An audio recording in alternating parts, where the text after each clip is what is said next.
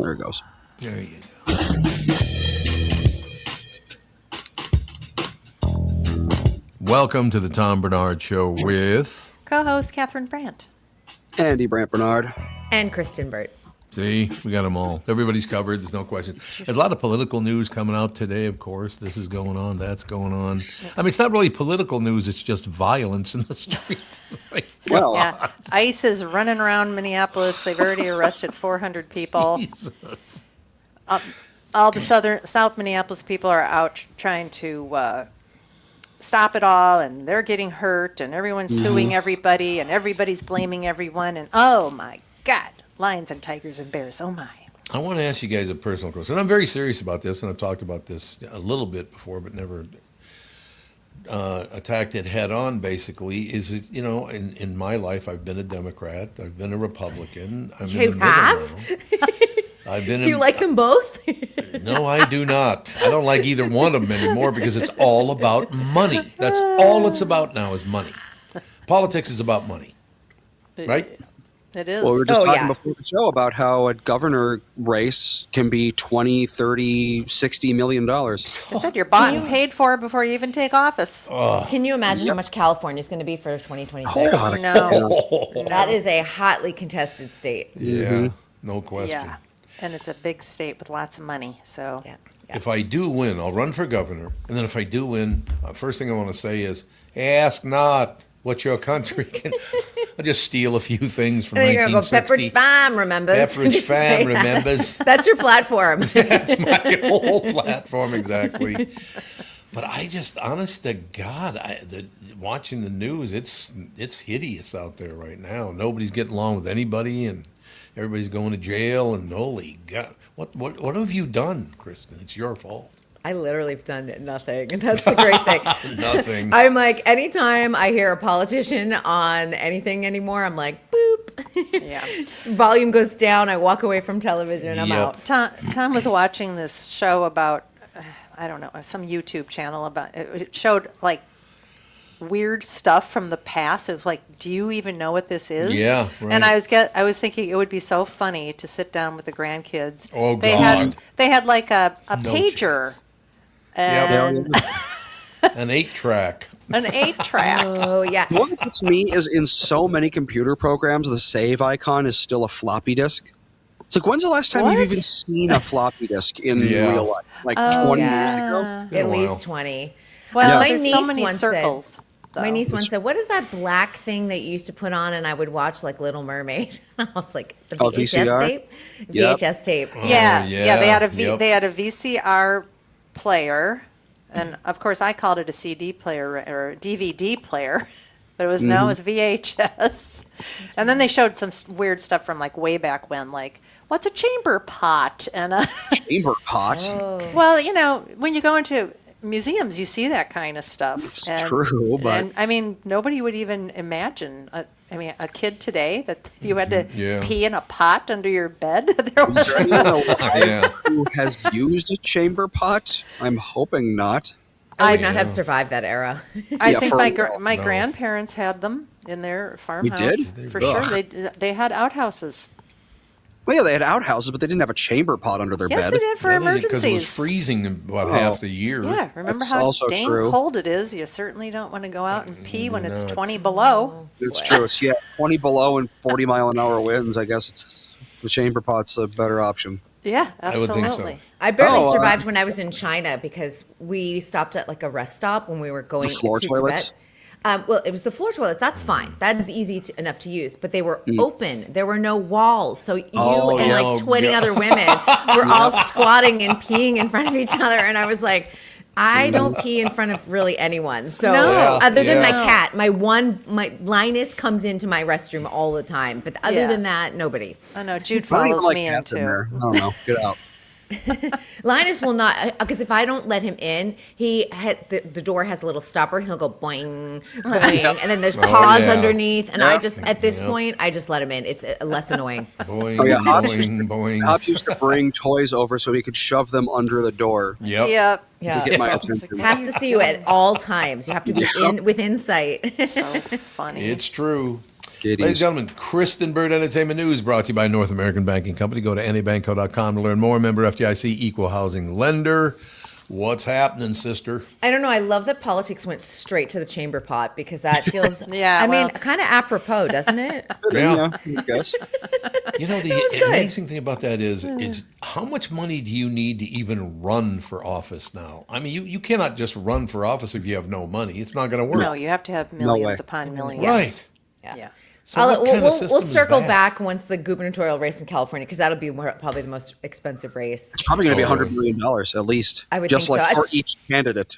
Probably why I think Rick Caruso is going to go. He's a billionaire. I was like, who else can run? Yeah. Well, for real. Well, that's what it's all about now. You're going to have to spend a lot of money to get your way, and that's all there is to it. Nobody's going to just say, that's a good idea. You should do that. No, not It's like, anymore. You give me enough money, I'll tell you it's a good idea. I think we should have a modified system We where should. you take the number of your votes and then you divide it by your campaign spendings, and that's your true number of votes. Yeah, I like it. Ooh. Well, it works for me. Yeah, I got to be honest with you. I tried, like I said, I grew up a Democrat in my mom's house and all the rest of it. And then I tried being a Republican for a while, and that was okay. And I'm now I'm like, I don't really want to do any We've of never this heard stuff. this, Tom. Well, I just don't understand why we can't have good, honest parties in America. Because it costs $1 billion to run for office. It does like sad. all we're gonna do is chase the hamster wheel on this conversation I because know. It's there just is no. sad. Jesus. Yeah, I mean, I think that's what it is. It's just sad, and I think anyone, no matter who they voted for, will agree with that. It is just sad.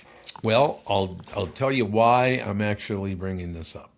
Because a few days ago, I got a call from a listener who, I don't know how he tracked my number down, but he did. And he was just miserable about the fact that he had to bring something to court. And he said, I know I have no chance because they have more money than I do. He said, and that's the court system now. Whoever has the most money wins. Mm-hmm. Is it really that way?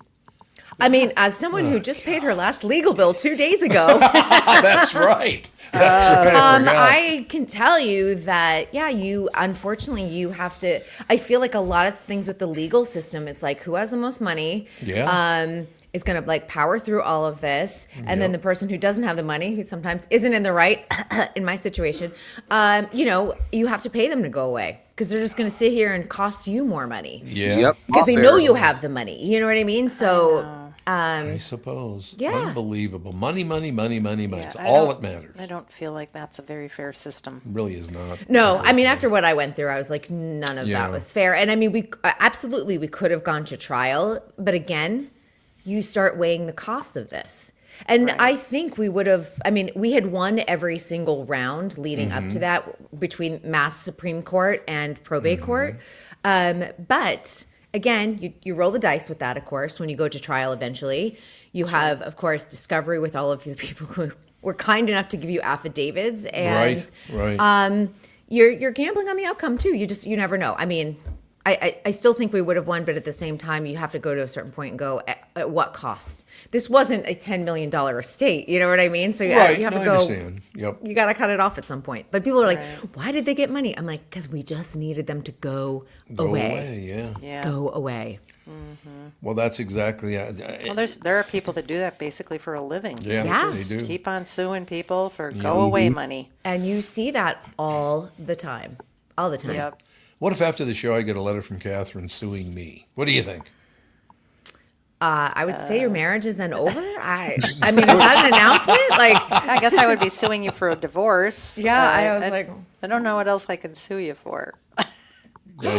Jeff from Woodbury in the chat says they just got done filming Spaceballs 2. Yes, I looked it up. They wrapped on the first, actually. Baseballs.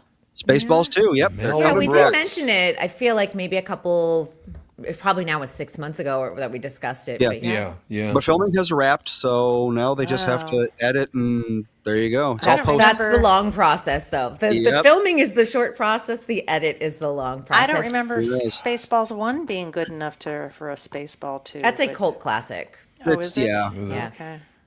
I thought Well, it was Big dumb. Dave 13, our buddy the copper, Mel Brooks is 1,000 years old and still cranking them out. He is. How Well, cool is- my he's guess is almost that- 90.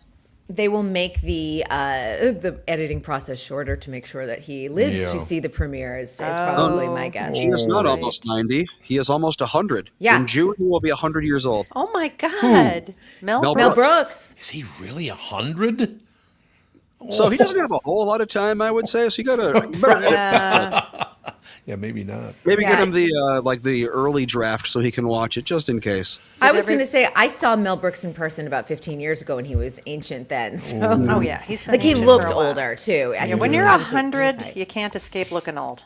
I don't think. Did you No. look at me when you said that? Did you guys see the social media thing about Andy Dick overdosing Yeah. on the Yeah, stairs I actually in LA? have a little info on that if you want to know. No, like, what's all up? that. I haven't heard about this. So Andy Dick overdosed on crack cocaine, and TMZ was able to publish the photos of him looking pretty much dead there on Hollywood Boulevard.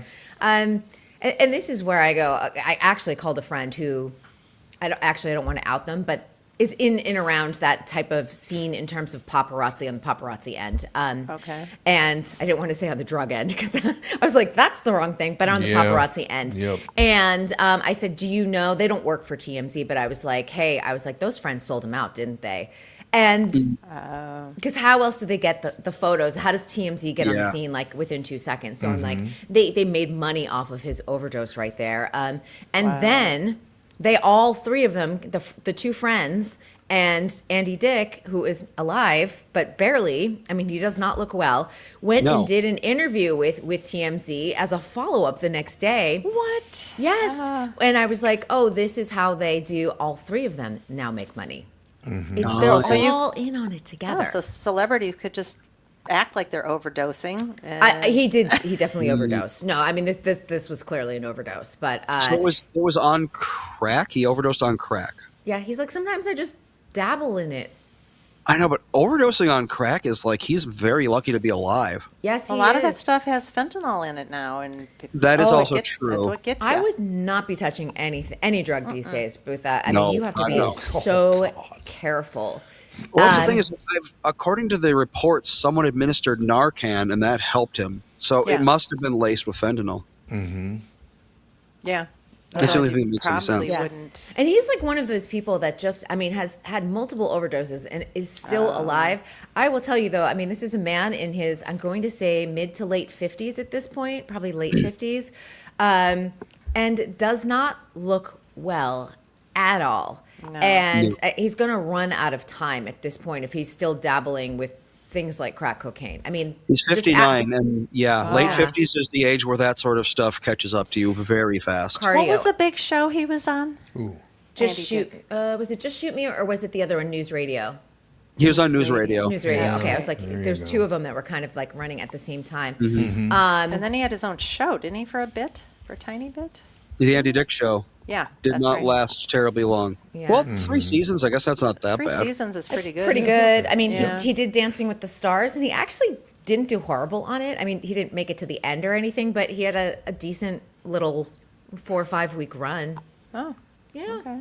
That's pretty decent. Yeah, it's pretty decent. But I mean, he is someone that is super problematic, has sexually assaulted, sexually harassed a lot of people. Oh, okay. Yeah, he's got a long problematic history with all of that. But I was like, nobody learns from the Matthew Perry story or, insert a different celebrity name. But, Matthew Perry's just at top of mind because we're starting to see all of the people involved in his case finally sentenced. But it really is, it's just super sad.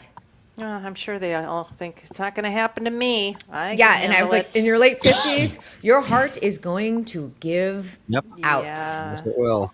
Yeah. Andy Jacobson in the chat. My friend on Facebook just had a movie made about her mom. The movie is called Song Sung Blue. I And told Kristyn you guys Burtt- about it. I've been raving about that one. There you go. Yeah, I saw that last month, and I highly recommend. There's a documentary that is out there and available on YouTube that is based on that was the inspiration for the Hollywood film, but of course it's a real life couple, and they're part of a Neil Diamond cover band.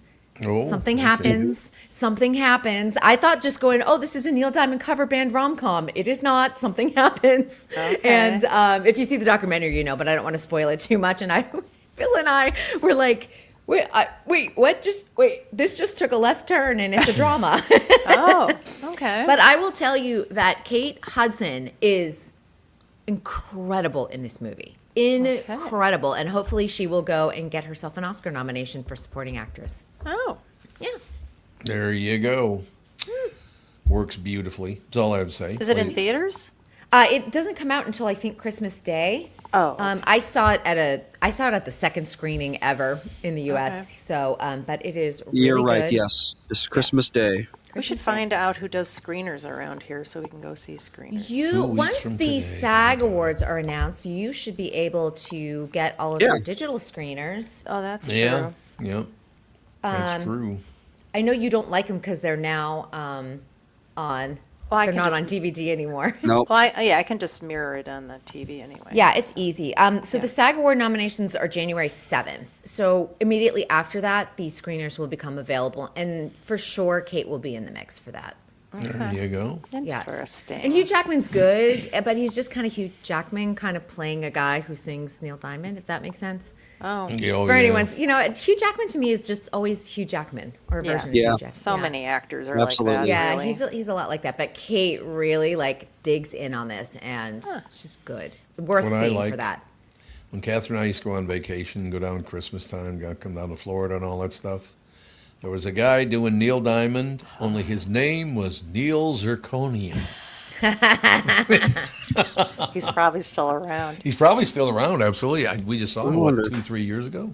Oh, it was longer. It was longer than that. Yeah. Neil Zirconium. Yeah, I've never Neil been. Diamond music is, my dad listened to it growing up. That was his favorite. And I was like, this is so corny. But if you go back and listen to it now, it's really Yep. good. It is Really? good. I just and, don't like it.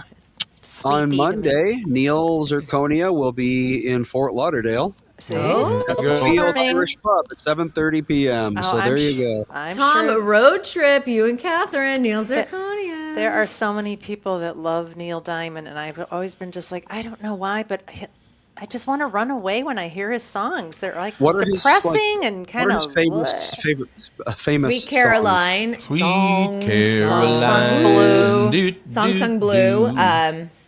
Turn on your heart lights. Oh, Yep. yeah. We're coming to America. Yeah, Yep, that's that's a probably really his good one. most uplifting one. I think, Yeah. maybe. But I mean, his soul stuff is really, really good, actually. He is good. Really Have good, to- yeah. Yep. I'll have to Yeah. give him another shot, but yeah, I've never been a big fan.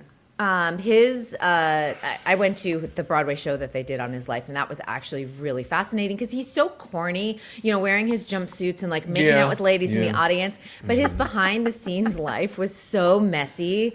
And, Yeah. he was like, I'm this all American singer. And he was literally sleeping with everyone. He had a super devastating divorce and lost all of his money. Yeah, that'll happen. Yeah, so and he's on his third marriage now, and he's 84, so I guess that is going to be his last marriage because he does Actually, have for- Parkinson's. Yeah, that's not even bad by music. Yeah, for real. music. But his standards. second divorce wiped him out financially. Just one of those no prenup in California. It is 50-50. Goodbye. There goes your money. Yeah. Yikes. I will tell you this. When I was back in the record business back in the day, when I first met Kathryn, I used to run into Neil once in a while, and I had to support his shows once in a while and do all that. He was a very, very easy guy to deal with, very nice guy, really interested in your life. What? I think Mom just read Comment. Darren's comment. The comment, What does it sorry. say? It says, I call Neil's kind of singing dump singing because it sounds like he's cracking one. Oh, God. Thanks, Darren. Really? It's that grumble, that song. Oh, my God. Thanks a lot. Everybody knows. Right now, every time I hear a Neil Diamond song, that's what I'm Love on the thinking rocks. about. Listen, Tom, No dump surprise. singing. Dump singing. One thing I was shocked by with Neil Diamond, though, was the fact that I'm about 6 inches taller than he is. He's not a very tall guy. He's a petite guy. He's Yeah, he definitely. I saw because I went to the premiere of A Beautiful Noise on Broadway, and he was there, and he's pretty tiny. How tall is he, Andy? Neil Diamond. I'd say 5'7". That's my guess. That'd be, say, 5'6". Yep. So in other words, 6 feet tall. And I'm gonna Right guess. on the bio. If I remember correctly, I feel like he always wears like a boot with a heel kind of He does. thing. Of course. So, Yeah, he does. Yeah. Yep. What in do you his got, Andy? jumpsuits. No one really talks about this. Oh, so you were right, Kristyn. It's not there. It's You not know, is really it- on there. It was interesting. We were looking up.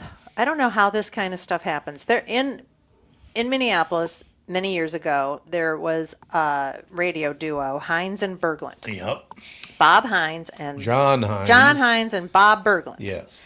And Bob, I believe, died quite some time ago. And Yes. Tom was wondering when he died. So we tried to look it up on the internet, and we could find nothing except for some doctor named Bob, who was actually even underneath one of the bios saying that he was a radio guy. But I Yeah. know Bob Berglund was not born in 1930 No.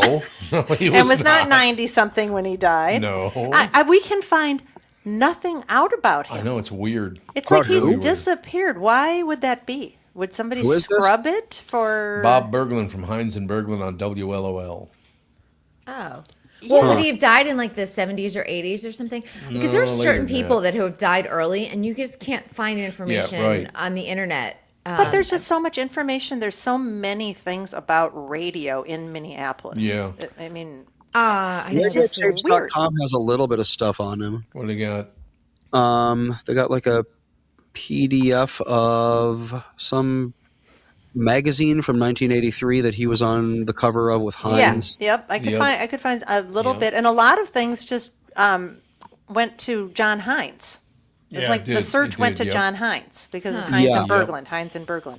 It's just so strange. You know, there's very little about him out there.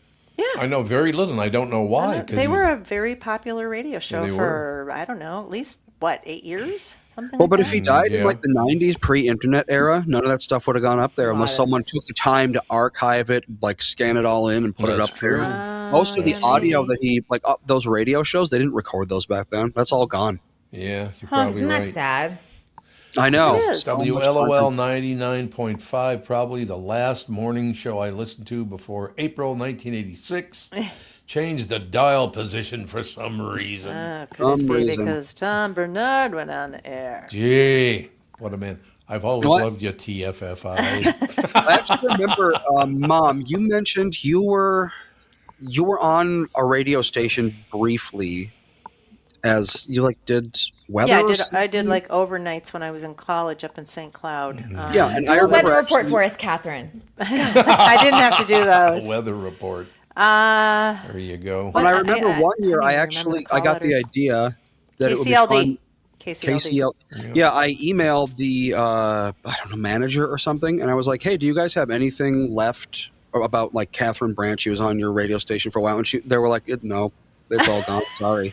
Yeah. Ron, 'Cause I know, I don't stations, have they any air didn't checks record or all that anything. stuff. No, I no, don't, they I didn't don't have record any air air checks. checks. I know. Yeah, I what have if they- Tons of air checks. Do they still? I do. I was going to say, do they still have like college radio stations? Yes, Yeah. we do. Yeah. Mm-hmm. Yeah. There's a Yeah. few in the Twin Cities area. Actually, now that I know, Cal State Northridge has one up the street because they're Yeah. always looking for like a supervisor to go and monitor the students over the radio station. Yeah, they'll play some weird stuff if you let them. I can tell you that much. Yeah, they will. I But suppose that if is they're true. doing it and radio's going away, like what then replaces that for the college students? The podcast, like you do podcasting Podcasts studio. and streams, that sort of thing. Yeah, absolutely. Yeah. I mean, I don't know. I think radio is going to be around just for at least morning drive. Yeah. Because people need to Yeah. know when it's snowing and if there's a traffic pileup. Emergencies are really helpful. Yeah. Live time stuff is, I think, important. But Yeah. I mean, I know, think maybe for nobody like cares. just after living through the LA fires, local news was crucial. Oh, Yeah. yeah. Yeah. Absolutely. Yeah. Exactly. So I don't know, but maybe not. Maybe nobody cares. Oh, that's a nice one. I know care. anymore. I care in terms of yeah, like that. Yeah. Well, Younger like for people. traffic, for example, a lot of people, like what I do if I want to know if there's traffic is I'll just put my route on Google Maps and it'll tell me. I know, That's but right. while you're driving, I don't know. It's just something about just turning on the radio and just getting all the information right there and then on your way in. It's just it was nice, and also I don't know how many times my weather app is completely wrong. Yeah, My Apple Completely weather's wrong. a mess. Yeah, it Really? just doesn't seem to work at all. Like, the other day, it said it was going to rain for an hour and a half in the afternoon. It rained all day long. It did not say that there was fog. There was fog everywhere all day long. I was like, this weather app is not accurate. Apple weather's so mean for us because we look forward to a rainy day because they're so few and far between. So we'll be like, oh my gosh, we're going to get rain in 3 days. And then nothing will happen. It'll be sunny. And we're so disappointed because we're like, we just want 1 day of rain. I'll say, there we go. I use the 511MN app for traffic. So there's an app for that. Yeah, for traffic. there's an app for everything. Yeah. For everything. Wild Bill. Yeah, I was. The, I reposted that Toyota, the new Toyota, that's going to cost you $600 a year after you buy it. You have to pay for all the apps for the car to even work. Oh my God. What do you mean to even work? I mean, like, not literally. I think, yeah. I think for you to unlock and lock the door and all of this stuff, there's all these apps you have to have for this new electric car. Yeah.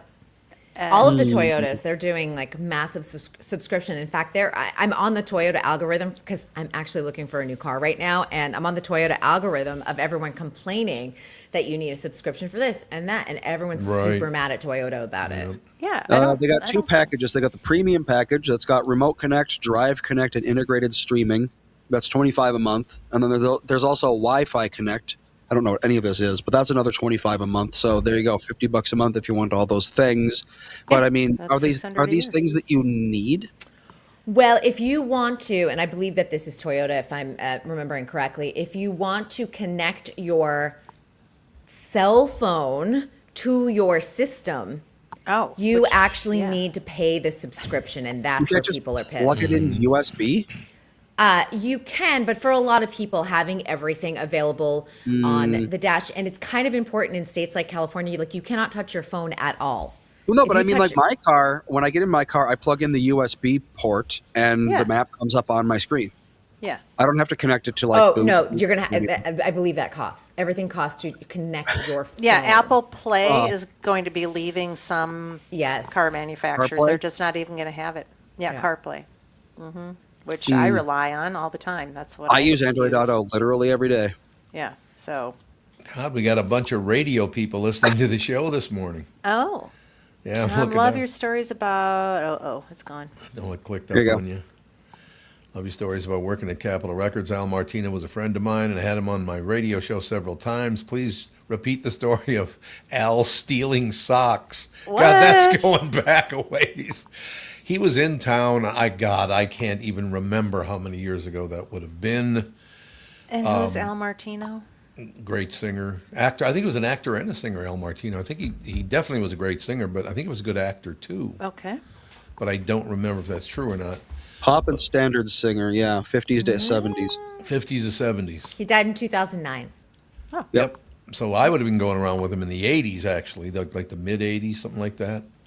And he was a really, really nice guy, but he, for some reason, I mean, this guy's making big dough. He's doing this, that, and the other thing. And I'm, going around with him. Obviously, I won't say where and blah, blah, blah. But we might have been at a department store, and he just kept sticking things in his pocket. Oh, God. Like, what the hell? Oh my God, that's so What do funny. you do? I'll get to the What? full story sometime. I was just by the Capitol Records building yesterday. I did not realize it has been closed, the Capitol Records building, for the last 3 years. I know. And it just reopened because they did seismic retrofitting. But Oh, we that's don't what want they that did. Capitol Records building falling.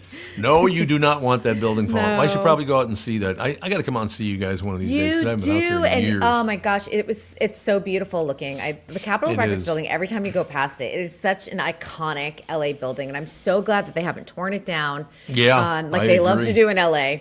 I'm glad that it's been restored. But the weird thing about that building when I did, because I was still based in Minneapolis and Chicago and that kind of deal, but every time I went out to Los Angeles was a few times a year, I think, Kathryn, something like that. Yeah. I would walk in, and there'd always be these tremendously famous actors and singers and this and that. I mean, my God, that building, there was always some big shot in there wandering around doing this, that, or the other thing. I mean, you realize the Beatles, Frank Sinatra recorded, I believe, one of his albums at the Capitol Records recording studio. really? Yeah, I think so, yeah. I think Frank Sinatra did My Way. He recorded My Way there, if I'm correct. Oh, that's where it wow. was, okay. Yeah. It's a big one. And the big song, no question about it. But yeah, I mean, it was Dean Martin, it was Frank Sinatra, they were all on Capitol Records back before my time. I was in the 50s and 60s. And then I started working there in, what's like 75, something like that, Kathryn? Did not know you then. Oh, you didn't know me then, that's right. What the hell am I saying? You're like, I was just a baby. Never mind.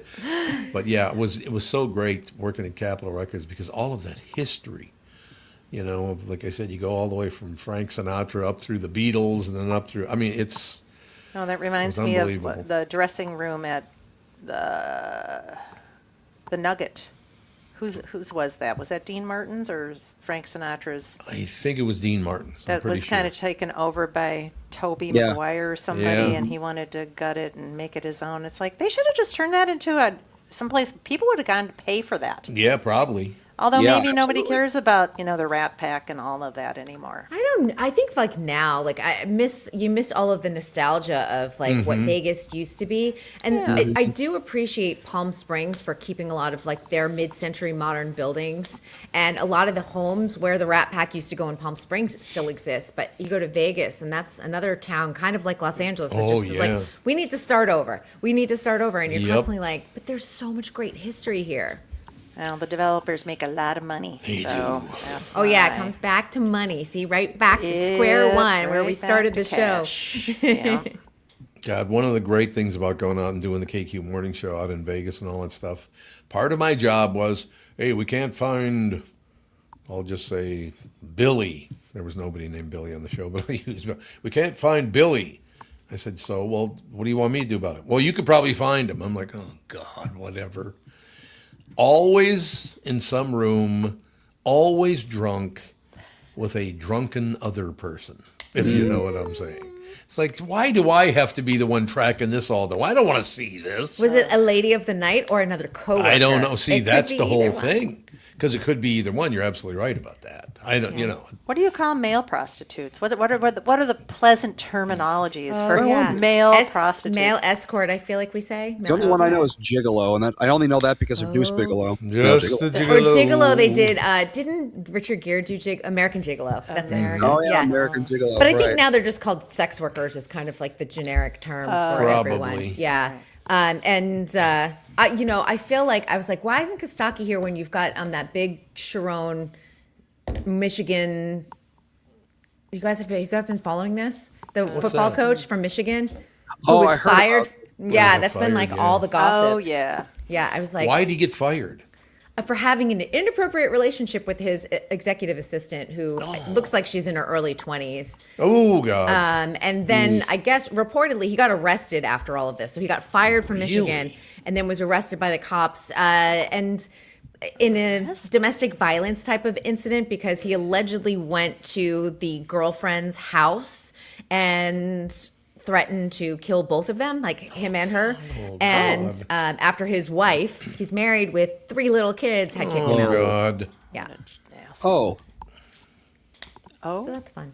so not a nice guy, is what you're No, saying. oh no, yeah. This is. Yes, I was like, exactly. I don't know. I was like, Andy, what is this? But I was like, oh, we needed like a Kostaki breakdown on that because it's Yeah. football adjacent drama. Yeah, a bunch of baseball teams are signing people for a ton of money. One person just got like a $155 million contract. I'm like, for baseball? Did they pay them that much? Look at what Otani's making. He's like the most highly paid athlete in America right now, or something. Yeah. He's got to be up there. I mean, So- he brings home World Series championships, so He he's does. worth it. Apparently, Yeah. Yep. there's still plenty of money in baseball. There you guess. have it. But there's no crying in baseball. Just remember that. No Okay. crying. I know you got to move on here, so I just got a message. Right here, right now. So in other words, there's somebody listening right now to you, Kristyn. Okay. And you know who it is? Who is it? Kathryn, should I tell her who it is? What are you talking This about? is being very dramatic. Oh, no, honey, no. No, Why do I want to tell her that? because it's a robocall. It is not a robocall. Never mind. Donald Trump. All that set up for It was nothing. Donald Trump. Oh, was he asking you for money? Yes. Does he never? I knew it. Is there ever a time when he doesn't ask me for money? It's like, Say, Jesus. Tom, Kristyn Burtt is terrific. Maybe the best, but I need $1,000. Yeah, exactly. That's exactly Give it. $1,000 for my new Mar-a-Lago something, my new patio ballroom slash. You buy a Trump phone. Oh, the Trump phones that haven't arrived. Yeah. They have not arrived yet. Yeah, there's a. Did you order one, Tom? No, I did not. It's probably. I am going. I tell you what, I got a couple of things going as far as in the legal world and all the rest of it. Yeah. And I think when that all comes to an end, I may never leave the house again. as Oh, long yes. as I live. If you don't leave the house, Oh, we're going to have problems. Oh, so I finished my legal drama and you are taking over for me? Is that what it is? Is this a relay race? I've handed the baton off to you? I tell you. No, I'll be honest with you, though, and I'm very serious about this. I think people are the meanest they've ever been. When it comes to money, people can When it get comes to- pretty brutal. Oh, God, it just- Pretty brutal. I will vouch for that. I Yeah. literally, like, after sending off my money to my lawyers just 2 days ago, I was like, know. that was See that 2 envelope, years. you just break into a sweat, don't It you? was digital, so it just went right out of my bank account to their bank account. I was like, bye. Yeah, like, I That's know, so it's sad. They charge so much money. it's so much money. And I'm very, is. very grateful for the hard work that they did do. Yeah. But it was so much money. And so much the mental load of it, I think, and Bill will tell you this, that just the mental, like, weight I wore Yeah, for 2 it's years was terrible. a Yeah. lot. And Yeah. 2 And I feel flipping like years. 2 years. all of a sudden I'm like, why do I feel so good? I'm like, yeah, I know Thank why. It's God. over. I know. You I have didn't Well, know you had to pay. so we, I went downstairs and I talked to this real estate agent that works in our building, and she's like, I thought, oh, maybe we should put our condo on the market for in this, March or something like that, so we can close and leave and worry about what we're doing later. And she says, I think I have a buyer for you. You hadn't even put it on the market yet. Yep, they came in, made an offer. We're like, oh, okay, so we have to find a place to live. We gotta move. So found a place to live. Which is It's going to beautiful. need some work. It'll Yeah, be but great, it's but gorgeous. it needs some work right now. And I'm trying to get in there, just to like clean it because it's been sitting for a long time. They're from Canada, and I guess they're old Oh. and they don't. Oh, the Canadians are selling their property, yeah. Yeah, They a lot of are, them yeah. are. And Yep. How's this anyway, going to impact the show? Because you're going to need a studio in there. we set haven't. up. We just are going to have to take all this stuff. I'm going to have to. Move I'm it going to on leave over. everything plugged in as best I can. You guys make Not the real best estate idea. decisions so fast. And I actually yeah. need Kathryn, you need to come here because I've been dying to move. So I need you to just go, just rip the Band-Aid and let's go. Well, what you do is you decide actually what you want and where you want to live, and you don't get distracted with all the other places you could maybe live. You Right. just have to Yeah. decide where it is you Right. want to go. What's the reason you decided to leave this condo? Because of the taxes have gone sky high. Psychotic. They're building across the street. And we knew that they were probably going to do that eventually, but we don't want to have buildings right across the street. We're used to a big sky view. We've been here 7 years, and it's going to be kind of sad. Yeah, And also it the is. traffic with all of the new condos and the hotels. gonna be a and lot. everything. It's going to be a West lot. Palm Beach Yep. traffic is it's been hideous for ages, and every year it gets much worse. And the God, only Andy, thing they it's can do is terrible. either start building flyovers or tunnels, because there's no way to Yeah, there's expand no way the to streets. expand. You know, I said this to my mom because she, they left Florida. They're now back in Georgia, but her area was seeing just massive expansion. Yeah. And there was not a lot of infrastructure plans. And I'm like, Florida is going to become California in terms Yep, of infrastructure, it is. unless you are thinking about all of that public transport. Like something like the Bright Line is amazing. I love that traveling up and It down. is But very nice. I know it's had its own problems in terms of finances and things like that, but unless you are doing all of that planning, the influx of people coming, the building, you can't keep up with it. No, you really can't. No, it's very, The Bright very Line's true. great. Yeah, they suffered greatly during COVID, being Yep. shut down. Yeah, they was did. Yeah. devastating to But I them. love riding the Bright Line. That's spent. Aren't they building one in California? They're trying to do. They're doing one between Vegas and Los Angeles, which I think is amazing. Oh, I thought they're not. They were supposed to not do a done. high-speed rail between Yeah, it hasn't between gone well. LA and San Francisco, and blah, blah, blah. That's a Not disaster. happening. That's a disaster. Yep, that is a money pit. Isn't it like 10 billion over budget or Oh something? yeah, it is like a complete money pit. I think Yeah. I voted for it. Like I'm going to say probably in like 2002 or something crazy, and nothing's been done. Yeah. Well, really sad. It's like the light rail in Minnesota. It's 10 years overdue Yeah. Yeah. and $1 billion over budget. And ay. What if Kristyn gets fired from her next job because it's 10 after? Yeah, for real. My You're editor pinged me on Slack, and he's like, "Are you around?" But he just said, Around. But he just said, "Take your time. I'm jumping into a meeting." So he's like, this is- I that's just was like, great. "Still on air. I'll get you." It's okay. He's so chill. It's fantastic. That's That's nice. the ticket. Yeah, he's super Well, nice. you're always welcome to stay as long as you want, obviously. But I mean, you got other work to do. But Clearly, people are looking for me, and my brother's like, "I called you, and you didn't pick up the phone." I'm like, "I'm on the air. Like, what is up with people?" yeah, there you go. At least All my right. cats are at least leaving me alone today. No meow. No meowing. Bill has returned home, so he is the cat wrangler. Oh, yeah, there you go. They There got you go. somebody else to bothered. Yep, exactly. All right, young lady, we'll talk to you tomorrow. I will, yes, see you all tomorrow. And I love the spelling my name, Kristyn Burtt from Joseph. Oh yeah, there you go. That's how it's usually spelled, even though that's not how I spell it. That's okay. Close enough. I'm so used to it at this point. I'm like, I answer to all of them. Exactly. Oh, I've seen many, many spellings of your name over the years. Oh, I'm Yes. sure. How about the spelling of my name when I was in third grade, and there was a nun that had to take some time off? No, Tim. Thomas. Thomas. Thomas? The guy pronounced my name Thomas. Was he from another country? I think he was. Yes. Oh, okay. So he called me Thomas. The Because whole time other he was countries, there. oftentimes it's Tomas. Oh, Tomas, Yeah, yeah, Tomas. no, without an H, yeah. Tiffy just said T-O-M-A-S. 2 T's like butt. That is correct. That's 2 T's like butt, Tiffy. Kristyn Butt or Bird, either one. I answered them all. All right, young lady, we'll talk to you tomorrow. See you on the Bye. Thanks very much. Kristyn Burtt Entertainment News brought to you by North American Banking Company. Go to nabanco.com to learn more. Member FDIC Equal Housing Lender. Take a break. Be right back. Special guest up next.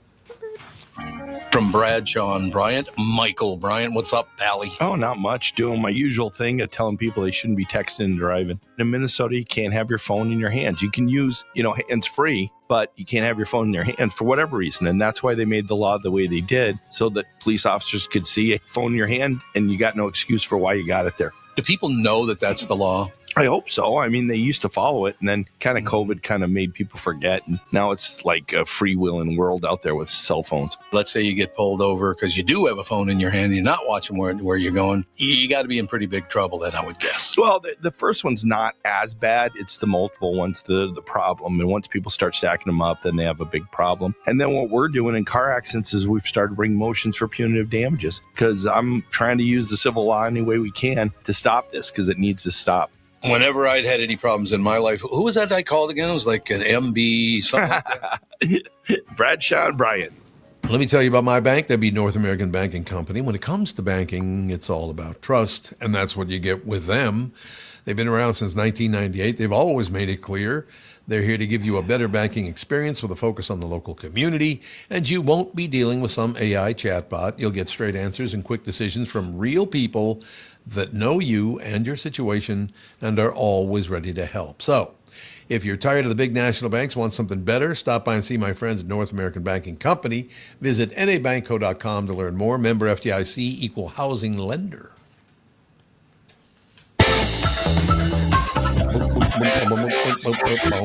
We're rocking out, man. Andy? Yes. Our neighbor has an 11:30 appointment. She can't get out of her garage because there's a giant pickup truck in front of her garage. Sorry. We'll check on it. Not a problem. The street, okay, yeah. Yeah. He'll be right back. Yeah, we're I know. I gonna. would think we're going to have to put cones up or something. Yeah, we're gonna because have to, It's 'cause really she- a huge problem all the time. But Like, she's really nice about it. Thank she's God. very nice about it, but it's like at least 3 times All a the week. time? It is now. Yeah. I don't know how we gotta to figure that stop out. this problem. Well, they can park on the street. Yeah, there's plenty of space. Plenty of space to park on the street. There is. So that'll be good. It'll All work right. out. Sorry about that. Not a problem. Good thing I looked at my text messages because she'd be knocking on the door. Let me out. Yeah, she's okay. Okay. He's moving it now. Charlie from Albuquerque. That's funny, Tom. Now, that's one of those deals where you know it's either funny or it's not funny at all.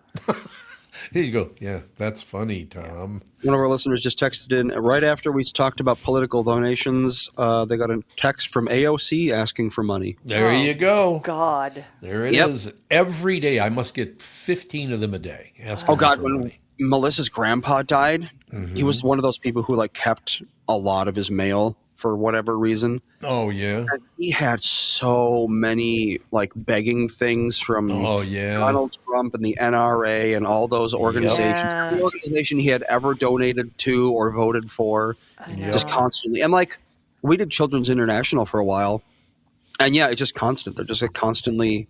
Well, and then I they mean, like, sell your name is what is so annoying about it. It's like, I'm giving you money and then you're selling my name so I can be harassed by other people for money all the time. It seems counterproductive. I stopped giving money to a lot of places like that. My Aunt Anne, when she died, same thing. When my parents were going through all of her stuff, she had given everybody that wanted money, got a couple of bucks. She'd send checks. She had tons of things they had to cancel because she was giving... You know, this person $1.50 a month, and this guy. Right. I mean, she couldn't say no. Just too nice. And adjust the camera quick, but first I will introduce our guest today. We got Aaron Schram in studio, owner of the Schram Vineyard. Oh, look at that wine bottle right in front of him. Andy's favorite place in the whole wide world now. It is, yes. You've gotten him to be a wine drinker. And he never liked wine. It was kind of neat because my staff goes, oh, hey, I met Andy. And I go, well, I know I've met him before.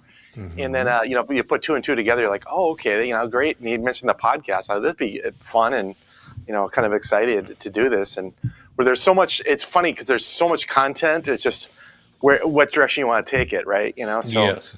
Sure. Well, first of all, why did you do this? Yeah, exactly. Why did I do this, or did he do this? No, why did he start a vineyard in Minnesota, which seems like a hard thing to do with our weather? Yeah, well, long story short, I was making wine in college at the age of 19. Oh. And it was Wisconsin, so hey. Oh, okay. Oh, okay. I had some roommates that loved to drink, so it was a great combination.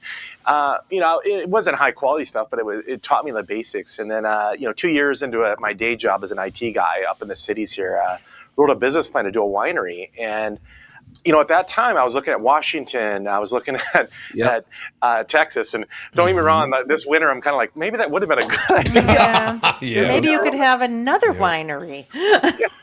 Well, I'll even get to that part, but the neat part was the challenge here because Minnesota is so it's a baby in this industry, right? And, yes, it is absolutely.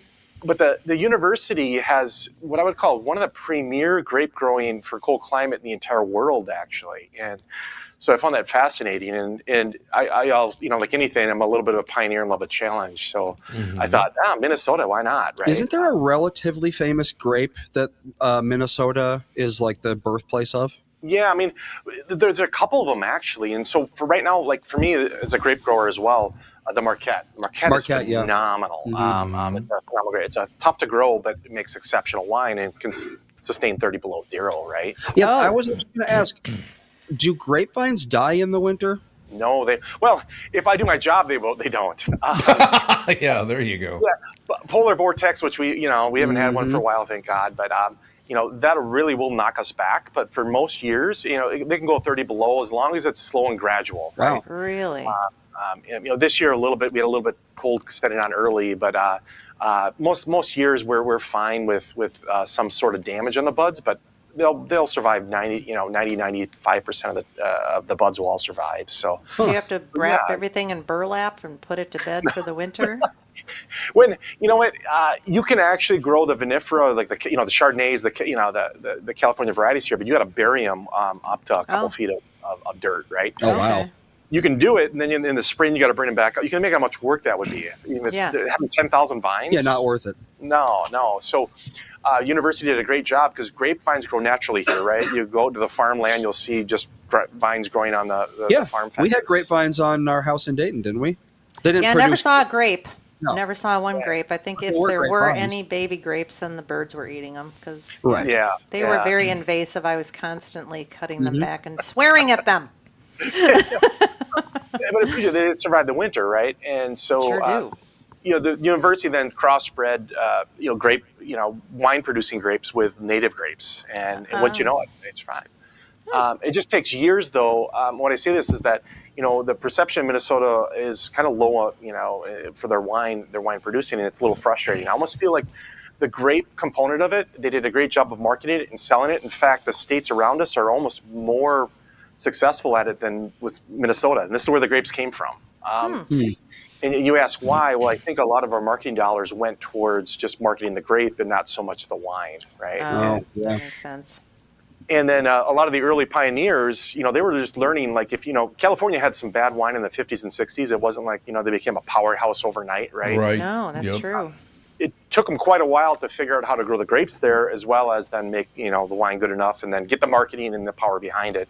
I feel we were at a disadvantage when we first, started this industry, because you were also trying to learn how to grow those grapes, and all those grapes they operate very different than the ones in California, right? And so that's been the challenge of many years and iterations of it. That Marquette I mentioned, it took me 12 years to how to really grow and establish it the way I want as a winemaker. And so our best Marquette comes from our vineyard, even though we have 8 other growers, right? And so and the university does a great job of presenting what I would call the best case scenario of how to grow it. But again, they're institutions, so they're growing a small amount, right? And you need commercial growers to take that and get that out there, and then spend their lifelong blood trying to figure out how to do it the right way. We got a listener texted in, wanted to know if you were making toilet wine in college. No, I'm not making toilet wine.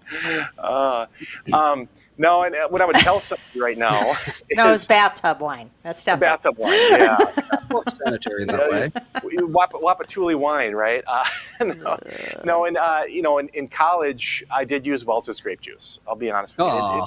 It didn't have sorbate, and it was horrible, but you had enough sugar to it, and somebody at 19, they'll drink anything, right? And so that's like grape schnapps almost at that point. Concord grapes. Yeah, it was, and but it taught me the theory of how it's made, right? Yeah. And that was the fun side. But no, like today now, even we have almost like 70, 80 wineries in the state, and we're winning national awards. Oh, so this is the hard part. I feel is the real high-end, wine connoisseurs in the state really haven't gravitated towards their local products yet, and that's been the challenge.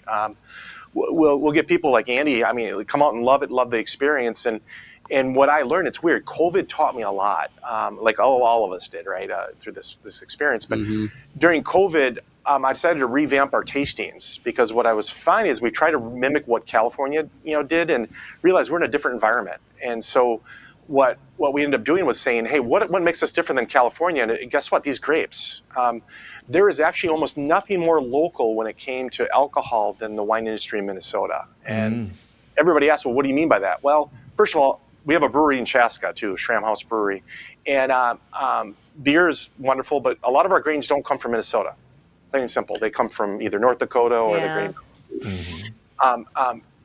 Minnesota grapes were, first of all, developed in this state. California doesn't even have that. All the grapes in California come from Europe. They're European cultivars. They're all French and Italian. Really? Yeah. So, they took them and transplanted them over in California and figured out how to make them work in that environment. Where California took a native grape, crossbred it, and then built their own actually grape, and then they get money from that through the university, through royalties and such. But also for me, my winery, I'm 10 miles down the road from where this grape was developed. Very few people in the world have that type of experience, and so for me, COVID, I'm like, why are we not embellishing these aspects that are so different and unique, and actually, when you talk about local, ultra local, actually, right? And well, so wait, 10 miles from Waconia, where would that be? The Arboretum. Yep, the Arboretum. Oh, right. that makes sense. Yeah. Yep, right next to the Arboretum. I didn't know they actually developed plants. Yeah, they do a lot of that kind of stuff over there. Yep, they do. Yeah, the most famous is the Honeycrisp apple, which is funny. Yeah. Yep. It's a darn good apple. It's a really good apple. It is. Didn't American vines save European vines? Didn't they have some sort of blight and they're all now partly from us or something? Yeah. It's actually also ruined and saved. So, It's usually how things work. yeah. Well, settlers came and they found native grapevines, right? And some were very different, and unique, and so they put them on a ship and brought them back to Europe. And there's a thing called phylloxera that just devastated the Europe because they didn't have the natural, remedies to combat it.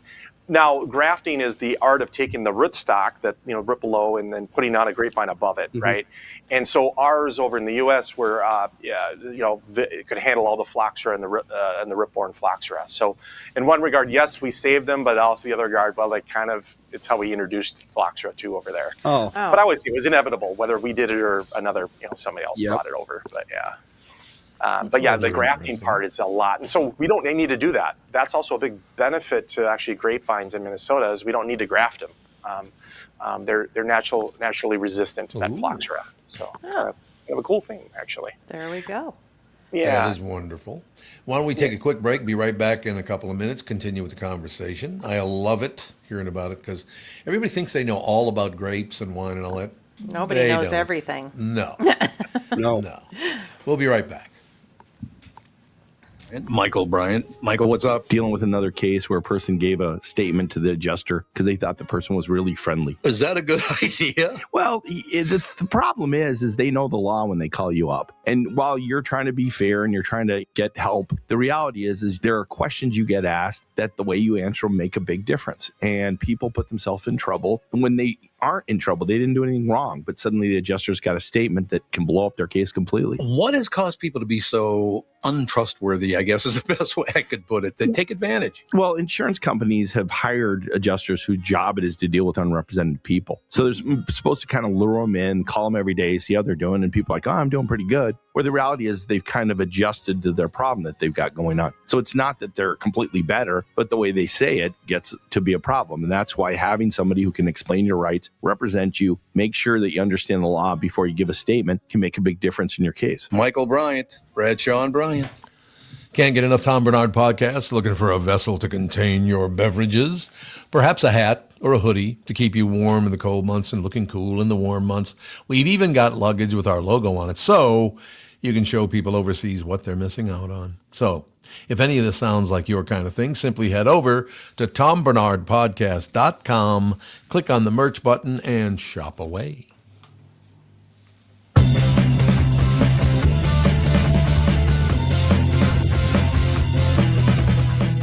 So Ron wants to know, why don't Minnesota wineries make Alsace wine?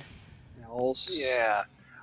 It's one of those where it's a very unique culture. Like, and again, you're probably more familiar with like ports and sherries and a few of those other words. Right. Like Alsace is a little more obscure. But what I would always tell somebody, the grape structure itself, we only had about 6 to 7 really good varieties right now to play from, and although we have the winter and some of the weather for this, the grape structure itself isn't great for that style. Not saying we can't do it; it just makes it a lot more difficult to almost make like an ice style.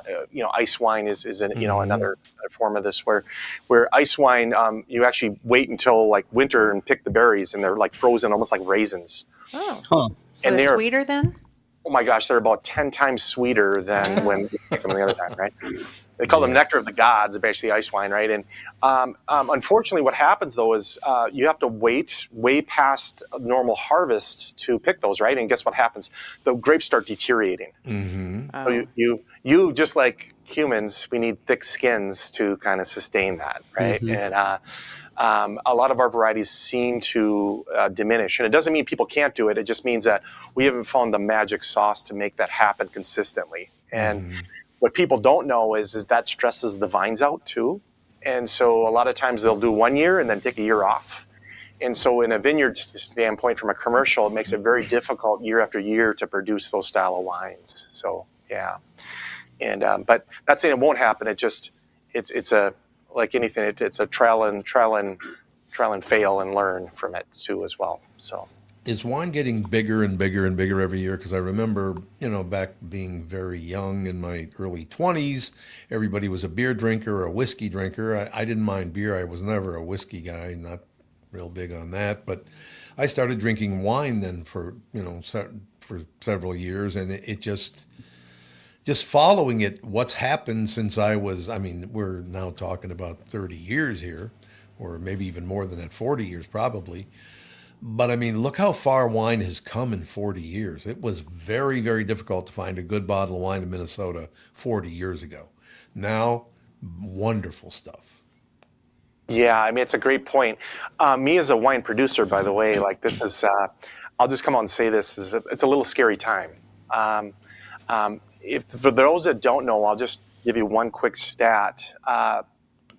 California tore up about 30 to 50,000 acres of grapevines this year. Oh. Why? Is it because young people aren't drinking as much? Correct. Yep. And that's what I've heard. Really? A little bit of the attack on alcohol whole too is hurting it, right? Mm-hmm. And so it's scary in one sense because I can't tell you how many young people now that I interview, I'm finding they're not drinking. It's drinking, or they're drinking very little, right? And not to say that it's going to completely dry up. I have a theory: everything goes in trends. Right? Absolutely. Yeah. I feel right now the trend is towards really either no or light consumption, and a lot of the young people are gravitating towards that because they have so many options now, right? Yeah. I think it's because they're all high on marijuana products. THC is legal now; it's the new exciting thing, so that's what they're all doing. And give it 10 years, it'll be. My parents did that when they were my age, and so that's lame. So I'm going to drink alcohol. Yeah, you're right. There is so much trendiness in drinking and all that stuff because for a while there it was just wine, then it was beer. Now breweries are closing all over the place, especially in Minneapolis. I don't really know why. We did kind of have way too many breweries for a while there, probably 10 years ago. There was a brewery on every corner in Minneapolis for a while there. Yeah. That's true. Yeah. But they were really cooking along. I think COVID killed off a lot of businesses. Yes, that's absolutely. what happened. So I expanded to have 2 wineries and a brewery outside of our location, and I'm happy. Or I'm actually not happy. I'm actually quite sad to say we are closing our Chaska brewery. Yeah. Are you? Oh, you are. Is it? Why is that? Is it just? Everything you're saying, everything you guys are saying is correct in terms of this. Like there was a bubble, right, with so many breweries opening, and again, the trend though was young people are drinking. Everybody, the trend was go to these breweries, right, and it was wonderful. It was you get to see the growth, and in 2019 we opened ours right a year before COVID, and we had record sales that year, and everything looks like boy, we're going to keep going here, right, the trend, and then COVID hit and it slowed things down tremendously in terms of what I would call closures. And then for us, we were also an event-based business where we had like Oktoberfest and all these. And, our first year we had a 1,200 person event, Oktoberfest. Great. Momentum started, right? And then next year we were only allowed a 300 person event. Yep. Oh. Yeah. And, this is a little spin I want to put on this is that one of the frustrating parts is small businesses. You ask about this. Meanwhile, South Dakota, Wisconsin, all the states around us were wide open. Right. I know. Minnesota closed down for way too long on everything. Yeah, we even had in Chaska what I'd call is a very big, act that we were trying to get in there to do a concert, right? For example. But with the small amount of people, we could not bring them in. And guess what? He was going to South Dakota, all these other states because they were wide open, right? And I couldn't argue with that. He's making a lot of money at these other states. But for us, it was like, boy, we missed some of the entertainment elements during that period. And so for a small business, that's tough, right? It was a make or break. And also, our laws are so restrictive when it comes to our alcohol, which you guys all know that with Sunday sales. You remember all these elements, right? Well, for laws. For me as a brewery, I can't even do a brew pub to have my own wine that I produce, right? I couldn't, I can't even put a full restaurant into this location because of those liquor laws. Oh, that doesn't make sense. Yeah, so, a brewery standpoint, the bubble popped, and next, foot traffic's down, and then you don't have other avenues to get you the additional revenue, and so guess what happens, right? For us, we're going to close our brewery in Chaska at the end of the year, and then bring that production back to our Waconia spot that is profitable, right? So I like this anecdote. Bars in Hudson used to have pics of walls on the walls, thanking him for business during COVID because everyone would go to Wisconsin because they couldn't go anywhere in Minnesota. That's exactly what happened too. I remember 2022. Melissa's grandpa died. and they all rushed to the hospital, and at first they eventually did all get to see him, but at first the hospital was like, well, there's already 2 people up there, and with COVID restrictions, and they're like, are you kidding me? My grandpa's dying. You're going to let me up? And they did, but they were hesitant to just like let 3 people be in a room with a dying old man. And it's like, I mean, there's the letter of the law and then there's the spirit of the law, and you really have to understand the difference there. Right. It's true. Yeah. I just don't. Minnesota. So, let's say you have some sort of devastating thing and you want to go in a different direction. Can you grow marijuana plants? Will they let you do that, or is that? There you go. Or do you have to be a friend of Walls to do that? Oh boy, don't get me started on that. Like everybody jokes with me, going, "Hey, are you going to have marijuana at our Waconia spot?" And I'm like, for right now, no. I mean, and don't get me wrong, I sell some THC products at our brewery, but again, if you guys, you know what happened just when they closed the federal component now with they're actually saying it might be illegal in a year here with THC products even right again. Yep. This is such a it's one of those things where I've tried so much, and there's a point where I'm going to focus on what's profitable now, right? And you guys imagine entrepreneurial, and this is the next segment I'd love to chat a little bit too, is just this state sometimes can be so unbusiness friendly towards small businesses. Oh God, I know. Yep. And it's just frustrating. And I get to speak, I get to do so much public speaking because we have students coming out, and just St. Thomas did a whole thing on my businesses and marketing, so it's great to talk to these young individuals. And I'm getting a harder and harder time trying to show my passion through entrepreneurship to these people.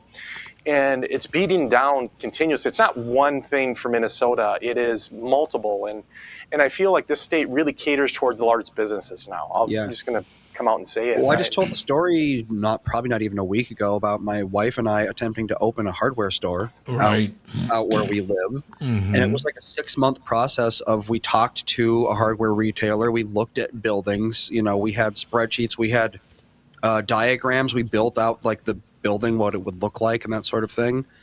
And after all that, the numbers just didn't add up. It was not possible to be profitable. It just literally was not possible. Do you get taxed as a farm sort of way, or do you get taxed a different way, or? Oh, What are they doing to you?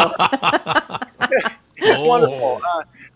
We have luxury tax because it's alcohol, and there's excise tax. There's more than just it is one of the more higher taxed actually commodities in Minnesota, unfortunately. Of course. And then I was trying to get a movement, and I got a little movement last year because I had the commerce chair from the state out trying to say that, hey, take that excise tax and then reinvest it back in, instead of taking it to the general fund for such things like light rail and other things, right? Let's great use this projects. for growing the business. And so, for example, Minnesota right now, for a bottle of wine, right, every 100 bottles, we're lucky that local is maybe 1 or 2 bottles. So that's like 1 or 2% of the state consumption is local, which is sad. It's really sad because Iowa's closer to 14. And you ask, well, how do they get to that level? And you look at some of these programs, and they take the tax money from that commodity, that sale, instead of putting it into a general fund, they actually reinvest it back in for marketing for that. And I got some traction, Department of Ag and such, to say, well, that's a great idea, because guess why? It doesn't just impact the wineries, it impacts the grape growers. And then guess what? Tourism.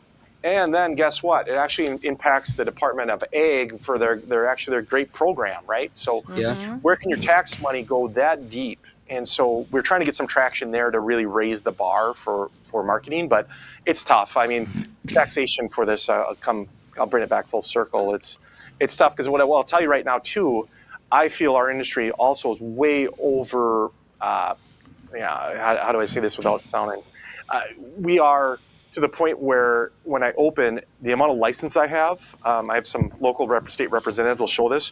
I've got licenses that are 6 or 7 feet tall of just licenses we have to apply for. Yeah.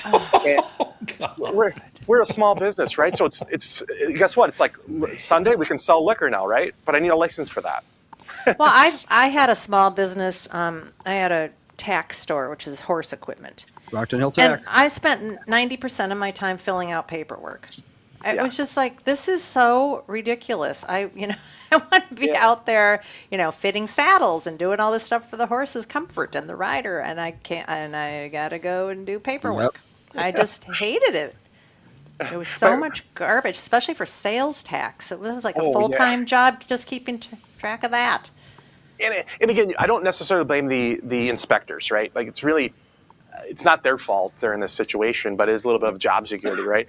But I loved it. My wife said we should write a book on some of this because some of it's pretty funny. But for example, we get a cigar license because we're gonna smoke cigars in the vineyard. I love that. It's one of my passions, right? Right. Well, we get a license, and I think we have $600 in sales in 6 months, right? Not a lot, right? 2 inspectors show up. And so you treat them nice and you show them the stuff, right? But I'm like, is this an effective use of our, Yeah. I know. And imagine, I can go down deeper that I would show people that I kind of think that, we're in Department of Health, Department of Ag, OSHA. I mean, you just keep going deeper. And you're at the point where I'm like, I guarantee if I did pharmaceuticals and I was selling over-the-counter, really drugs that can really kill people, I have a sneaking suspicion they're actually regulated less than us. Yeah. Yeah. And way more dangerous. But again, job justification is that, I get it. People need jobs, but at a government level, there's a point where it's like, this doesn't make sense for a business our size. And Well, and then you've got the family leave program coming up. That's going to be an interesting business killer, I'm sure. We are looking at ways to reduce more full-time staff because we're worried about that, right? It's just it's scary, and I think every small business should be right now. It's just, and then people are going to complain about the price increase. Well, you can't have it both ways here, right? It gets passed on, but anyway, we can go deep on some of that, but it's scary. It's more scary because for me, I love entrepreneurs, and I want to see that grow in the U.S. bigger than anything else, right? Mm-hmm. We have enough Amazons and big corporations, right? If anything, you want to see your neighbors, friends, and even your family be successful in these small businesses, and it's getting way more difficult. Way more difficult. I wonder why the government, the state of Minnesota seems to hate small businesses. It's just odd. It really does. It seems like it just hates them.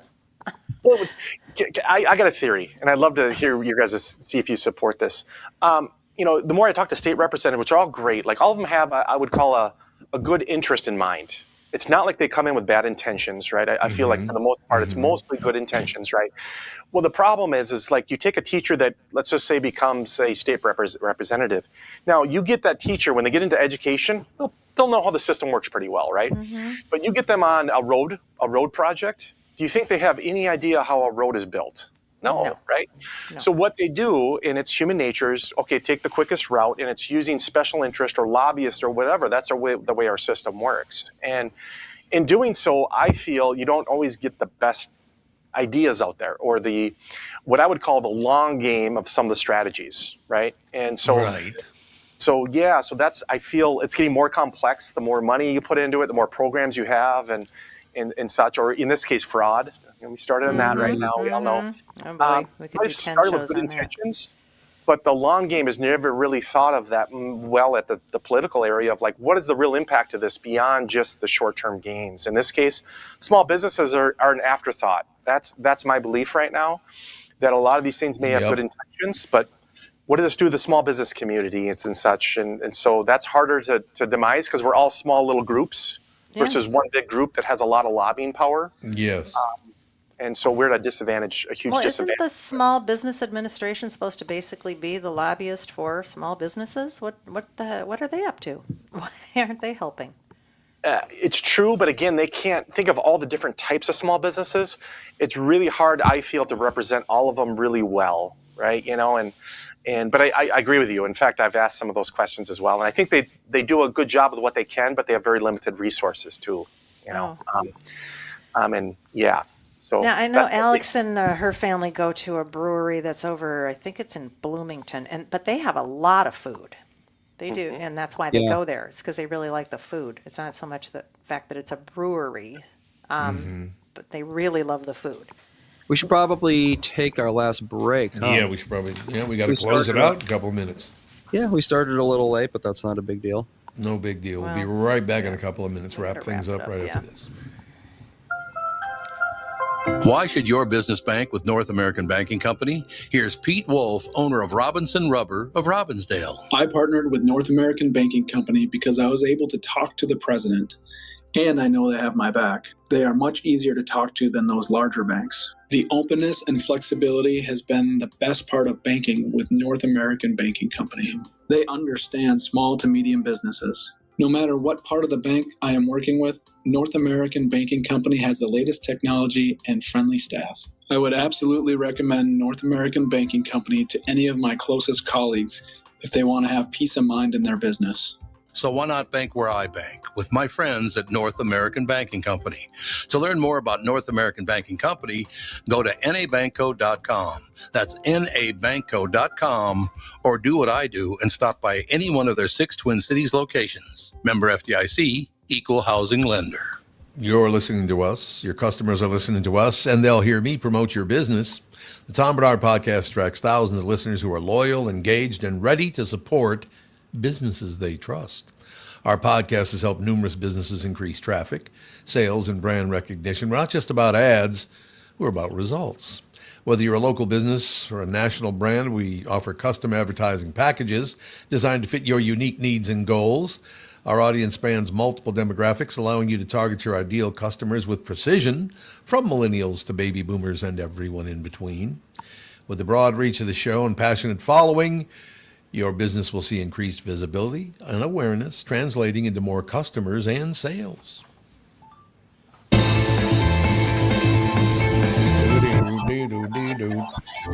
Okay, kids, smash that like button. I can't be the only one that found today enjoyable. And subscribe. Thank you. Like and subscribe. Thank Why don't I you tell the very story much. quick about how I found this place and why I decided to reach out and everything? 'cause, Okay. Okay. Like We got you 2 mentioned, minutes. you mentioned Aaron came on that I don't drink wine or I didn't drink Yeah. wine, and that's No. true. Until 2 months ago, I virtually never drank wine. I have never purchased a bottle in my life. Great. I've been going through some like stomach stuff, Right. and I can't drink beer because it's got gluten in it, and I can't drink spirits because they're too harsh on my stomach. Right. And I was like, I never have liked wine in my life, but you know what? Sure, let's give it a try. And it was my anniversary, Melissa's anniversary on the 13th of October. And we had Melissa's mom come over and watch the kids, and we were like, let's go do something. And she's like, you know what? Let's go to a winery. And I'm like, okay, sure. I've never been to one. Why not? And we picked Schram. So there's 3 major vineyards in Waconia. Oh. One of them what's it called? Something Estate? Sovereign. Sovereign Estate. Yes. Yeah, Sovereign Estate is like the very big one. There was another one, I don't remember the name, but they were having some sort of event. Yeah, Parley Lake. Yep. They were having some sort of like wedding event, so we like scope the place out. And then there was Schram, and it's smaller, which we liked because we didn't want to go to like some overwrought place or anything like that. So we were like, yeah, let's check out Schram. Why not? And we You had a great time. we did tastings, and after it didn't take too long until we were like, this is actually pretty good stuff. And what really helped, so in my email to you, I mentioned it was Mike who was doing the tasting for us. He calls himself Vineyard Mike. I don't actually know his last name, but that's fine. And we were taking an interest in everything because it was like, for a long time when I drink wine, people would be like, oh, where do you get the earthy hints and all that stuff? And I'd be like, grape and alcohol. Those are the flavors. Yeah, there you go. But this time, when I was doing the tasting, I actually did taste like, some of this tastes more like cherry and some of it's more like fruit and that sort of thing. And I found that very interesting. And we ended up having a lot of conversations with Mike about that. And he took an interest in our interest in the wine. And so we stayed, I think we did 3 tastings and we got some food. And we ended up liking it so much that we bought the membership, and now we're members there. It's Very 3 good. bottles of wine a quarter, so it's not like it's a huge commitment or anything. But yeah, 3 months ago, if you had said, hey, you want to become a member at a vineyard, I'd be like, hell no. But I know. I was so surprised when you're like, we're going to a winery. It's like, I know. It's like, what? yeah, no, and I mean, like, it is true that it's you have a handful of different kinds of wine. What do you, for reds, you probably have what, like 10 of them or something? Yeah, almost 10 right now. And, Yep. and again, all over the board from Minnesota to, we even have some out of state ones too. Like we get people that, I only drink cabs. So Yep, we exactly. have that too. But Yeah, and like some of the wine, one of my favorites, which I think you're insane for not having in 2026, was the Barrel 4. Yeah. Is there a reason for that? Yeah, I mean, we're a small producer. Like, you know, some of these big guys have like 1,000 different growers through Right. California. So, you know, any given year, you know, and there's one guy, by the way, that they hired to make it consistent year after year after year. Small producers like us don't have that advantage, right? And Yeah. very seasonal and such. So what we try to do is we have our 4 or 5 that are pretty consistent, and then but we kind of like Barrel 4 changes almost every other year to be slightly different, right? The same style, but the flavors will come through. Some year the cherry will pop like nobody's business, but then the next year, Not the one I had. Mine was balsamic vinegar and smoke with what I tasted, and I thought it was really good stuff. Yeah. There is a wine. It's like it tastes like it's made of cherries, not grapes. I can't remember what it was. It's up the top of the menu. I forget the name of it. that one I could guess that I'm guessing was it a rosé or was it a red? It was a red. Oh, red. Top of the menu would be the Frontenac, most likely. I'm guessing. I don't remember, but the point is there are actually tons of different flavors out there in the wine. Despite it all looks the same, it all smells very similar, I would say. But I don't know. There's a lot of just look at the land of Chardonnay. I mean, there's absolutely. horrible Chardonnays, there's fabulous Chardonnays, there's Crimson sweet, Pearl, there's that's oaky, it. there's Who is this, that in there's the that. chat there? Yeah. So Who is that in the chat there? I wouldn't even know how to pronounce that. I think that's Scott. Saint Tonhace? Don't Who that is too. It's just great. I think he's an employee of ours. Oh, he's listening. Oh, okay. Good job, sure you Scott. There you go. Crimson Pearl, baby. Make sure you hit that like button and subscribe. The one who did our second tasting when we came back, I That's think. wonderful. But yeah, the All Crimson right, Pearl, super duper cherry-tastic, and it was like, Yeah, he's our wine educator, which he's phenomenal at, right? Like he loves this stuff too. And there's so much content for that. Almost, I say that I own a brewery, right? There's almost more storytelling and deep elements to the winemaking because of that. I'll be honest, it's every year, we grow grapes, and every year the weather's different, right? And you have a pattern, but nature will slam that pattern when the truth comes. Right. Yeah, like you got that bottle of Bonfire right there. I think the new batch of Bonfire is actually even better than last year's. Yeah. Last year's was good. No, but Andy's a vintage guy Yeah, now. now And all of a everything. sudden here he is a All right, I vintner. hate to cut this short, and you can You always guys can come back. continue. Or you can continue. Do you guys want to continue? I mean, You don't need us. Where do you, you got an appointment, don't you? Yeah, we got to We go do, someplace. yes. But you guys can continue on. Even if you do continue on, you need to come back because it's very, very interesting. Yeah. We love to see people in Interesting Minnesota stuff. start a business and succeed. That would I be love great. seeing that. More of that, Yeah. please. So, Andy, book them again. Also thank you guys for having us on and just supporting small businesses, right? Like I said, it's Yes, like yourselves too. absolutely. We got to stick together. So yeah, Yep. yeah, appreciate it. Thank All right, you. we'll see you soon, though. Andy, book him again. He's very good. Or continue on. Thanks. Or All right. continue on. I mean, sure. All right. Bye. We'll see you two tomorrow. Okay. How do I'll I- knock you off here. Don't worry about it. There we go. All right. Do you have anything else you wanted to talk about? I talked about how we got there, how I got into wine and that sort of thing. Yeah. Yeah. Well, I think the one final I'll do, I'll see him. You're right with a shameless plug. Can I do a shameless plug? Sure.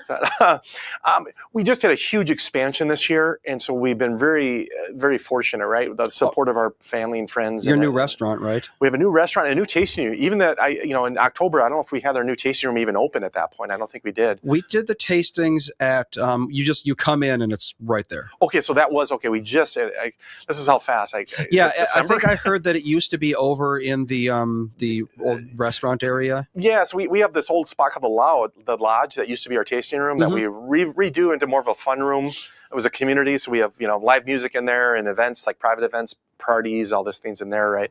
But the new building now we have as the new tasting room that you experience, a new merch area, and a new restaurant called Bonfire and Barrel too. So shameless plug if you haven't, a new restaurant in the area to come out and try that we're really excited about. And really, what I tell somebody is that what makes us different. You come in for experience like you had too as well. Come for that wine tasting, and you get these really deep stories of Minnesota growing grapes, the challenges and the efforts, and then you get to taste the actual fruit of that, and you'll walk away with a different appreciation of wine. Then this is my dream, right? Is you go do that, and then you go to the next spot. You have a nice, really hearty, fun meal in a group setting. And then the final part is you go and experience, maybe like that night, we might have a live music and a band. So think of that experience. And that's really unique in the landscape of not just, wineries holistically, but that's kind of what we're trying to build, is I call it choose your adventure. And you get to carry through and have a very different experience in each one of these different areas. So, so we did 3 tastings the first time we came in. Yeah. We decided on one. We were going to do one tasting, and it's like, okay, one tasting, why not? Yeah. But we liked it so much, we decided to do more. But after the first tasting, Melissa was like, wow, this must be really high alcohol stuff. And it's not really. It's standard for wine. And it's because she hadn't eaten recently. Yep. You gotta eat, or else it's going to hit you really hard. And as soon as we went, she had a burger and I had a charcuterie tray, and she ate that and she was like, all right, ready to go. Yeah. Seeing that, I always tell somebody too, is the whole alcohol thing, right? Like we all know, moderation or whatnot, but most people, putting food in your system is so critical. And that's why even having a restaurant now, very helpful, right? You can stay there longer and enjoy the other aspects of it versus, again, like having one glass. Well, with food and things, you do 2 to 3 glasses usually is more acceptable than at that point with all the food in your system. We were there for a pretty decent amount of time. I wasn't expecting to be there for as long as we were. Donnell in the chat wants to know if you have any non-alcohol wine. We do. We're doing more buying that versus trying to do it ourselves right now.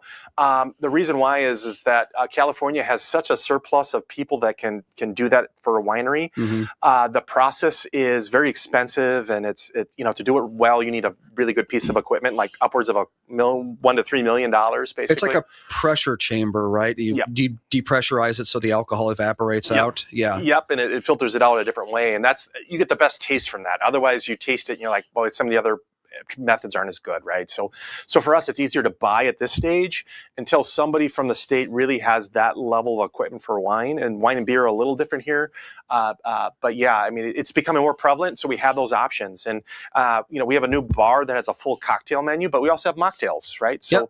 The no alcohol, the low alcohol, all that's, being taken. Almost anybody in the business now has to take a look at that and find those avenues. Yeah. And so, come on out and try that. Now the non-alcohol isn't our wine, but it's some of the wine we got to pick and choose and such too. So, that makes sense.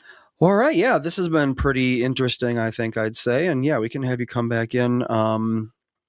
You're always putting out new stuff. I know, for example, your bonfire is pretty much brand new. We came in October, and we had, it was the 2024, right, that we would have had? Yep. And you had just come out with your Magnums, which had the 2025 in it. Yes. And I think we asked Mike, we were like, so we wanted to try the new stuff, but it hadn't come out yet, really, except in the Magnums. And we were like, well, what if we just buy a Magnum and give it a try? And he said, it's probably still got bottle shock. So we didn't have the chance to do it yet. We did buy a Magnum, but we didn't drink it until Thanksgiving. Actually, we opened it up on Thanksgiving. It was, definitely an improvement. I'm not talking about from bad to good or anything. I'm talking about from very good to even more very good. Yeah. If you guys haven't seen that movie, but the bottle shock is a real thing. And really, at the high level, think of this, right? You got all these chemicals in the wine, right? I should say chemicals. You got all these wonderful elements in the wine, right? Well, when you filter it, which we have to all do at some form because, you want to bring some of the bad stuff out, right? That really tears apart these proteins and other things that really give you these flavors. And then as it sits in the bottle for about I always say at a minimum, we try to bottle it and wait almost a month before we serve it to customers. That's what we did, basically. At a minimum. It's weird. And I thought, you first hear that, you're like, really? This sounds like somebody's trying to sell you filters or trying to, but it's so true. And then those, I'll just say like proteins, they come back together, and then that flavor profile starts coming back. And I'll be honest with you, the first time I did my commercial winery where I was doing this, I filtered it, and you taste it, you're like, oh my God, did I ruin the wine, right? Something's wrong, right? I actually got to try a little bit of the bottle shocked version. Yeah. He was like, we got a bottle open that we're all tasting. We're going to give you a tiny bit just to taste because, you're so interested in it. Yeah. And it was not good. Yeah, some of the flavors are there, but you're right, it's just not complete. And then you get to the point where, did I ruin the wine, right? And then all of a sudden, a couple weeks later, you're like, wait a minute, it's starting to come back. Wow. I know. To me, like I said, until very recently, all of this sounded very fake. Like the whole, like how complex it is and all the different kinds of grapes. And it depends on which temperature the grape grows in, where it grows. Is it on the sunny side of the hill? That sort of thing. And like, I would have been like, okay, yeah, sure. It's basically alcoholic grape juice. Get over yourself. But now that I've tasted more of it and learned more about it, it really does matter. And there are bottles of wine that are just like not very good. And there's bottles of wine that I could drink every day if I didn't know better. Yeah, and I appreciate that. So, I was trying to tell somebody, I got into wine, I started making it for fun and whatever else, right? But then you start going deeper in the passion of how it's built, and that's what got me, because I'm a farmer by nature too, right? Grew up as a farmer. And you start appreciating it. I think that's what the difference is. And again, you can do that a little bit with beer and whiskeys and things like this too, but not the level, not to that degree, no. Yeah, the wine has this story of how it's made and the uniqueness of it that's really hard to replicate in those other alcohols. And they try to do that in some form or fashion. But again, the connection to the land and the terroir and it, it's kind of interesting. What I tell somebody is that, you got certain grains like that are in the beer, right? And you make it from one field to the next field. It doesn't change that much of the grains. It really don't. That grapes though, from one field to the next, wow, can be night and day difference. Then the cultural practices, right? I always joke because, when you're growing barley, right? It's a stalk in the field, right? There's not different ways to grow barley other than maybe you might put different nutrients on the field or whatnot.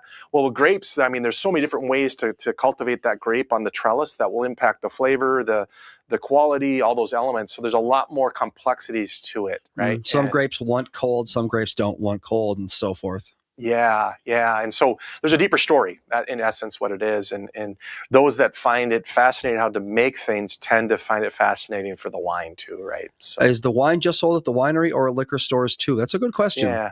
And that could be a whole nother podcast, by the way, because right now we are in about 30 locations outside of our store too. And I'm going to do another plug then real quick because I need your help. And it's not for me, it's the whole industry. Minnesota wine's poo-pooed. And you won't find it in a lot of liquor stores. If you do, it's in the back by the South African wines. Well, that's another reason that I never got into wine is because my thought was always, I live in frigid climate. Grape is a plant. This isn't a great place for plants. Yep. How can it possibly be any good? Yeah. It's just frustrating because you go to other states and you see them embrace Minnesota grapes, by the way. Yep. But in a different light, right? For example, Wisconsin embraces their local products, local wine, way more than we do here. And so for me as a producer, it's very hard for me to get my foot through the door for these restaurants or getting the wine experts to really gravitate towards this Minnesota fruit. And other states have proven to be very successful. So unfortunately, my answer to you is, within a 20 miles of us, we're in a lot of the liquor stores or whatnot. That's easy. But I opened a winery in Minneapolis, downtown Minneapolis, unfortunately, right during COVID, to try to introduce Minnesota wine down there. And unfortunately, when I say this to you, the work from home and the riots and the safety factor really caused issues in that, to getting people to go to the right demographic to come there and accept it. And it's proven to accept it, not when the consumers try it, they love it, right? But it's the perceptions there, and it's like Minnesota can't grow grapes here. Right. We can't make good wine. They're not going to try it to begin with because they have already decided it's going to be bad. Yeah, I got one quick story on Bonfire here. There's a restaurant that I tried to sell the wine to, and I walked in during my lunch hour to try to sell this wine to this restaurant, and the GM wouldn't even try it. He goes, "Nope, it's Minnesota wine." Yeah. I walked away with that with so frustrated. I was so frustrated at that point of, boy, just try it. And if you don't like it, tell me, that's fine. But not even trying it means that his experience was so bad or perception was so bad. Fast forward, a municipality liquor stores in an area called us up once and said, just bring your wine. We got so many consumers asking for it. I don't need to taste it. Right. There you go. What a difference. So I'm trying to tackle it from the other angle. If you want to see Minnesota wine succeed in this industry, which will give you money, revenue, jobs, all the things that, that I think anybody would want in a micro industry, it has to come from the consumers. It's not going to come from the experts. It's not going to come from, some magic, outside of that. So ask for it or try the wines. There's some really good wineries in the state now that have won a lot of awards, but they need your help to grow the industry. Well, and to be fair, Minnesota wine probably wasn't great for a very long time. You go back 30 years. Was there any good Minnesota wine 30 years ago? I wouldn't know. I was 8 years old, but still. What I tell somebody, because it's the cultural practices, even if you had a great winemaker, the grapes weren't developed enough yet, right? Yeah. We didn't have the level we have now of expertise of how to grow them, and that's the difference. You can grow barley pretty easily. Yes, you can. It really is. Growing grapes in this environment is tricky, and it takes a lot of time and effort. And so now we have commercial growers that are being very serious about it, right? So very different. And you guys, you can take the best winemaker in the world, but you give them poor grapes, they're not going to produce that good, right? And even California realized California in the 50s, 60s did not have phenomenal wine. No. They were learning on how to grow it and how to make wine. Well, with us, we were at a disadvantage because these grapes grow differently than the California counterparts, right? So if you have that perception, please come on out and try it now. I think you'll be in a different light in some of these bigger wineries in the state. If you're going to try to sell them one, I'm guessing it would be the Bonfire. Yeah, it's a pretty approachable one. It's good, but it's not too overly complex. Thank you. I mean, this is what I tell somebody. I built this wine that has Marquette in it, a local grape, along with Cab, and some other stuff, other varieties at times too. But I built it so that people come to the door and go, well, I love Cab, and that's all I drink, right? Well, I can show you this wine and have enough Marquette in there. Like, boy, that's Cab, but that's something different, right? And it worked. And now if I don't have this on my menu, people are going to be ticked at me, right? So it works, but it's also, there's enough Minnesota fruit in that I can introduce you to these styles. And so when I talk about that, like when somebody comes through our doors, which is the best way to introduce Minnesota wine to you, we have to, first of all, change your perception. So many people drink wine and they go, well, it has to be California. It's got to be a Chardonnay. It's got to be Cabernet. Well, we have to untrain that a little bit or have your perception think differently. No, it doesn't. It doesn't all have to be that wine. There's a lot of other varieties out there. And the minute you do that, your perception of what you're drinking will change. And you might like the wine, or you might not like the wine, but you're opened up your eyes to new varieties and different tastes and flavors you've never experienced before. And that's a good thing. That's how it worked for me. About. Yeah, absolutely. Yeah. All right. Well, I think that'll do it for today's show. But yeah, we can definitely have you on maybe on a day that Tom and Kathryn don't have to jet off to a whatever it is they're doing. But that'll do it for today. Thanks for listening, and we will see you tomorrow. Thank you.